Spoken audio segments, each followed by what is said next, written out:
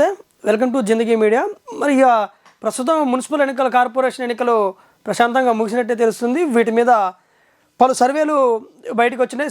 వివిధ రకాల సర్వేలు వచ్చినాయి. సర్వేలు ఏవి ఎట్లా ఉన్నప్పటికీ మా జిందగీ మీడియాకు ఉన్న సమాచారం, మనకు తెలిసిన రిపోర్టర్లు, స్థానికంగా ఆయా జిల్లాలో ఉన్న రిపోర్టర్లు వారు ఇచ్చిన సమాచారం మేరకు, లేకపోతే స్థానికంగా మాకున్న ఒక ఇన్ఫర్మేషన్, స్థానికంగా మాకున్న సత్సంబంధాల ద్వారా వచ్చిన ఇన్ఫర్మేషన్ తోటి మనం కూడా కొంత సమాచారాన్ని గ్యాదర్ చేసాము. ఆ గ్యాదర్ని బట్టి తుదిపోరు రేపు, ఈరోజు 12, రేపు 13 ఎలక్షన్ ఒక రిజల్ట్ వస్తుంది. ఈ రిజల్ట్ వచ్చే లోపే మనం కొద్దిగా దాన్ని ఎగ్జిట్ పోల్తో పాటు మనకున్న సత్సంబాలతో మనకు వచ్చిన ఇన్ఫర్మేషన్ కూడా మనం మీకు చెప్పే ప్రయత్నం చేద్దాం. అయితే మొత్తం 7 మున్సిపల్ కార్పొరేషన్లకు 116 మున్సిపాలిటీలకు ఎన్నికలు జరిగినాయి. రేపు రిజల్ట్ వస్తుంది. 16వ తారీఖు మున్సిపల్ చైర్మన్లు, మేయర్ పదవులు, చైర్మన్లు, వైస్ చైర్మన్లు మొత్తం ఎన్నిక జరుగుతుంది. ఈ నేపథ్యంలోనే అసలు మున్సిపల్ పోరులో అస్తం హవా కొనసాగిందా, కారు తన జోరుని పెంచిందా, దాని స్పీడ్ పెంచిందా, బీజేపీ సత్తా సాటిందా, లేకపోతే మున్సిపల్ పోరులో తన జోరు కొనసాగించిందా అన్న విషయాన్ని మనం తెలుసుకునే ప్రయత్నం చేద్దాం, వివరిద్దాం. అయితే కాంగ్రెస్ మాత్రం ఓవరాల్గా మనకున్న సమాచారం ప్రకారం కాంగ్రెస్ మాత్రం రాష్ట్రంలో లీడును, తన హవాను కొనసాగిస్తుంది.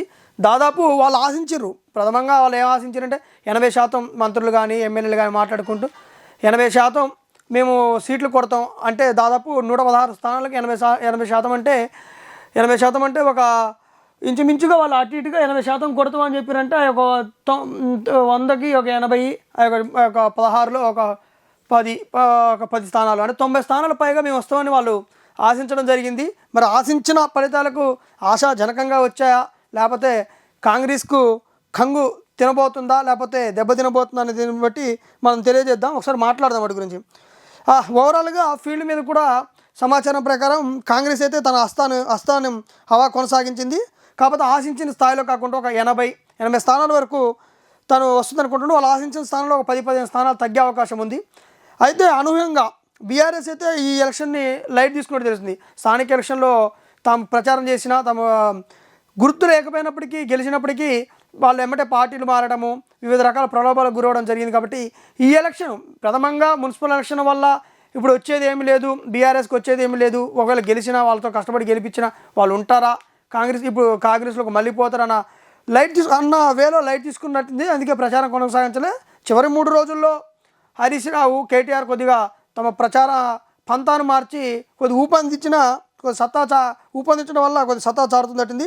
20-30 స్థానాలు ఓవరాల్గా 116 మున్సిపాలిటీల్లో 20 నుంచి 30 స్థానాల్లో బీఆర్ఎస్ అవకాశం అవుతుంది. ఇక బీజేపీ విషయానికి వస్తే మిగిలిన స్థానాలు బీజేపీ నిజామాబాదు, కరీంనగర్ జిల్లాలలో, అంటే స్థానికంగా అక్కడ ప్రాతినిధ్యం, కరీంనగర్ నుంచి ఎంపీ బండి సంజయ్ ఉండు, కేంద్ర మంత్రి, తర్వాత ఎంపీ అరవింద్ ఉండు నిజామాబాద్ నుంచి. వీళ్ళిద్దరు ప్రాబల్యంతో ఆ 2 జిల్లాలలో మాత్రం కొద్దిగా వీళ్ళు సత్తా చారుతున్నట్టు తెలుస్తుంది. బీజేపీకి ఆ 2 జిల్లాలు మినహాయిస్తే పెద్దగా మిగతా జిల్లాలో పట్టు నిలుపుకోలేకపోయింది. వాస్తవానికి వీళ్ళు ప్రాథమికంగా ఫస్ట్ నుంచి పట్టణాల్లో, గ్రేటర్లో మాకు కొద్దిగా నగరాల్లో మంచి ఎడ్యుకేటెడ్ పర్సన్స్ ఉంటారు, బీజేపీ వైపే మొగ్గు చూపుతారు. స్థానిక గ్రామ పంచాయతీలకి, మున్సిపల్ ఎలక్షన్కి డిఫరెన్స్ ఉంటుంది. ఇక్కడ మేము సత్తా చాటుతో చెప్పినప్పటికీ పట్టణాల్లో బీజేపీ అయితే పట్టు నిలుపుకున్నట్లు తెలుస్తుంది. ఒక నిజామాబాదు, కరీంనగర్ని మినహాయిస్తే మిగతా జిల్లాలో తను పట్టు సాధించలేకపోయినట్టు తెలుస్తుంది. ఇక ఓవరాల్గా పోలింగ్ కేంద్రాలు 3203 పోలింగ్ కేంద్రాలలో 52 లక్షల మంది పైగా ఓటర్లు అయితే తన ఓటు హక్కు వినియోగించుకొని అర్బన్ ఓటర్లు ముఖ్యంగా ఎటు మొగ్గు చూపారంటే అస్సాం వైపే మొగ్గు చూపినట్టు సర్వేలు చెప్తున్నాయి. మనకున్న రిపోర్టు ప్రకారం కూడా, ఈ సర్వేలతో పాటు మనకున్న రిపోర్టర్ ప్రాథమికంగా మనకున్న సత్సంబంధాలు, జిందగీ మీడియాకున్న సమాచారం ప్రకారం కూడా కాంగ్రెస్దే హవా కొనసాగుతుంది. అర్బన్ ఓటర్లు మొత్తం ఎక్కువ శాతం కాంగ్రెస్ వైపే మొగ్గు చూపారు. ఒక 2 జిల్లాలో మినహాయిస్తే, నిజామాబాద్, కరీంనగర్లో మినహాయిస్తే మొత్తం క్లీన్ షీప్ చేసే దిశగా ఇక కాంగ్రెస్ కొనసాగించింది. మరీ ముఖ్యంగా వచ్చేసరికి నల్గొండ, ఖమ్మం లాంటి జిల్లాలలో మాత్రం కాంగ్రెస్కు తిరుగు లేకుండా పోయినట్టు తెలుస్తుంది. నల్గొండలో ఓవరాల్గా క్లీన్ షీప్ దిశగా పోతుందని సర్వేలు చెప్తున్నాయి. నల్గొండలో ఎక్కువ స్థానాలు కాంగ్రెస్ గెలుచుకుంటుందని, తొలి మేయర్ పీఠను కూడా నల్గొండలో కాంగ్రెసే, అక్కడ కోమటిరెడ్డి మార్కు కనిపిస్తున్నట్టుంది. టికెట్లు అనౌన్స్ చేసినప్పటి నుంచి ఆయన డోర్ టు డోర్ ప్రచారం చేయడం కానీ, రోడ్ షోలు చేయడం కానీ అక్కడ కాంగ్రెస్కు కలిసి వచ్చినట్టు కనపడుతుంది. ఇక ఖమ్మంలో పొంగులేటి తన పవర్ చూపించిండు. అక్కడ కూడా కాంగ్రెస్ క్లీన్ షీప్ దిశగా కొనసాగుతుంది. మొదటి నుంచి కాంగ్రెస్ కాంగ్రెస్కి ఎక్కడ పట్టుంది అంటే నిజామాబాద్, వరంగల్, మహబూబ్ నగర్ లాంటి జిల్లాలోనే తను సత్తా చాటింది. లాస్ట్ అసెంబ్లీ ఎలక్షన్లో మనం ఏదైతే అసెంబ్లీ ఎలక్షన్ చూసామో అక్కడ కూడా ఖమ్మంలో క్లీన్ షిప్ చేసింది, ఒక స్థానం మినహాయిస్తే మిగతా మొత్తం అదే అక్కడ కాంగ్రెస్ కొనసాగించింది. నల్గొండలో కూడా ఒక సూర్యాపేట, అక్కడ మాజీ మంత్రి జగదీష్ రెడ్డి ప్రాతినిధ్యం వస్తున్న చోట కూడా అక్కడ మాత్రమే ఈ బీఆర్ఎస్ కొద్దిగా హవా నిలుపుకుంది, పట్టు నిలుపుకుంది. తర్వాత మిగతా స్థానాలు మొత్తం 12లో 11 స్థానాలు అక్కడ గెలవడము, అక్కడి నుంచి ఇద్దరు మంత్రులు ప్రాతినిధ్యం వహించడంతో ఉమ్మడి నల్గొండ జిల్లాలో కూడా ఇక కాంగ్రెస్ హవా కొనసాగుతుంది. క్లీన్ షిప్ దిశగా తొలి మేయర్ పీఠాన్ని కైవసం చేసుకునే దిశగా అడుగులు వేస్తుంది. ఇక ఓవరాల్గా ఒక నల్గొండ జిల్లాలో మునుగోడు నియోజకవర్గం ఎక్కడైతే రాజగోపాల్ రెడ్డి ప్రాతినిధ్యం వహిస్తుండో, మంత్రి కోమటిరెడ్డి తమ్ముడు ప్రాతినిధ్యం వహిస్తుండో ఆ ఒక్క చోట మాత్రమే, అక్కడ మాత్రమే 2 స్థానాల్లో బీఆర్ఎస్ కొద్దిగా హవా సాగిస్తుంది. చౌడప్పలు, చిట్యాల లాంటి ప్రాంతాల్లో కొద్దిగా ఎదురేదాల్సి వస్తుందంటుంది కాంగ్రెస్కి. మినహాయిస్తే ఆ 2 స్థానాలు మినహాయిస్తే నల్గొండలో కాంగ్రెస్కి తిరుగులేదు. ఇక ఏదేమైనప్పటికీ ప్రశాంతంగా పోలింగ్ అయితే కొనసాగింది. ఈ పోలింగ్ సాగింది కానీ ఇక్కడ రాజకీయ నాయకులు మాత్రం కొద్దిగా ప్రజాప్రతినిధులు కొన్ని చోట్ల అత్యుత్సాహాన్ని ప్రదర్శించినట్టు తెలుస్తుంది. ఇక ఫర్ ఎగ్జాంపుల్ మనం చూసుకుంటే సంగారెడ్డిలో ఆ సిఐపై, అక్కడ స్థానిక సిఐపై జగ్గారెడ్డి ఫైర్ అవ్వటం, తనకు వచ్చిన భాషలో అనరాని మాటలో కొద్దిగా వ్యక్తపరచడం కూడా కొద్దిగా ప్రజాప్రతినిధులకు తగదని చెప్పొచ్చు. అలాగే నల్గొండ జిల్లాలో, నాగర్ కర్నూలు జిల్లాలో దొంగ ఓట్లు కలకలం సృష్టించడం, ప్రశాంతంగా పోలింగ్ ముగిసింది అనుకున్న లోపు ఈ ఆరోపణలు మాత్రం వచ్చినాయి. వీటి మీద మరి ఎలక్షన్ కమిషన్ ఎలా మూవ్ అవుతుందో, ఎలా ముందుకు పోతుందో మనం తదుపరి సమాచారం తెలుసుకుందాం.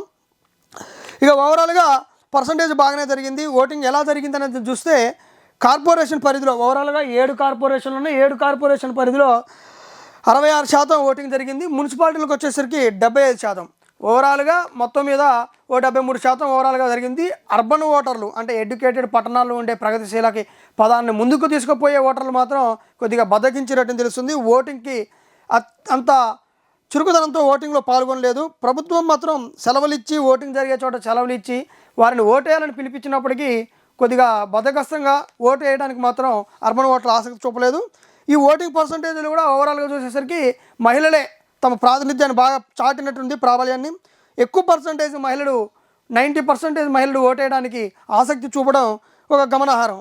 మరి మహిళలు ఎక్కువ మంది ఓటేశారు, ఏ పార్టీకి అనుకూలంగా ఉంటారు, తులం బంగారం ఇవ్వలేదని కాంగ్రెస్కి హ్యాండ్ ఇవ్వబోతుర్రా, లేకపోతే కాంగ్రెస్కి ఇచ్చిన స్కీములు మన ఈ ఏదైతే ఉందో గృహజ్యోతి లేకపోతే ఫ్రీ బస్సు ఎఫెక్ట్ తోటి కాంగ్రెస్ వైపు మొగ్గు చూపుతారనేది అసలు కాంగ్రెస్ 6 గ్యారెంటీల్లో విఫలం సఫలం ఏది ఎటువైపు మొగ్గు చూపుతుంది మహిళా ఓటర్లు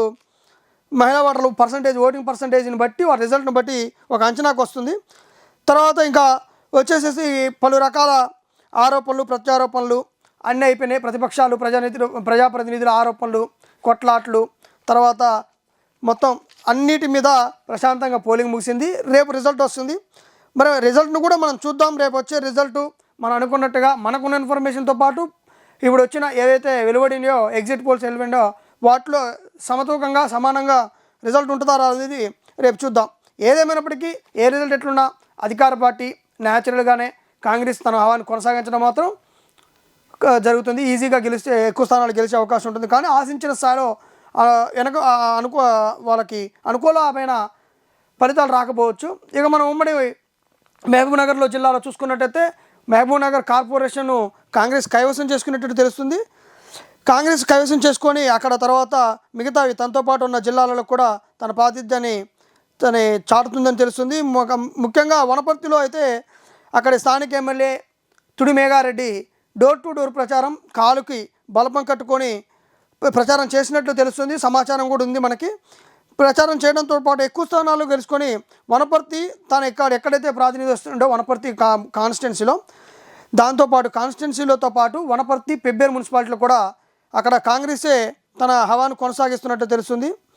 దాంతోపాటు ఆత్మకూరు మిగతా చోట్ల కూడా మహబూబ్నగర్ కార్పొరేషన్ కూడా మొత్తం 26 నుంచి 30 స్థానాలు మహబూబ్నగర్ కార్పొరేషన్ కూడా కాంగ్రెసే కైవసం చేసుకునే అవకాశం ఉంది. ఇక్కడ బీఆర్ఎస్ కూడా కొద్దిగా టఫ్ ఫైట్ ఇచ్చిందని చెప్పొచ్చు. మహబూబ్నగర్ కార్పొరేషన్లో బీఆర్ఎస్ తన హవాని కొనసాగించింది. 18 నుంచి 22 స్థానాలు కూడా గెలుచుకునే అవకాశం ఉంది. బీజేపీ మాత్రం తన ప్రాబల్యాన్ని చాటుకోలేదని తెలుస్తుంది. ఇక్కడ 6 నుంచి 8 స్థానాలు కైవసం చేసుకునే అవకాశం ఉంది. ఇకపోతే మహబూబ్నగర్ కార్పొరేషన్లో అనూహ్యంగా ఎంఐఎం పతంగ్ గుర్తు మీద కూడా సత్తా చాటినట్టు తెలుస్తుంది.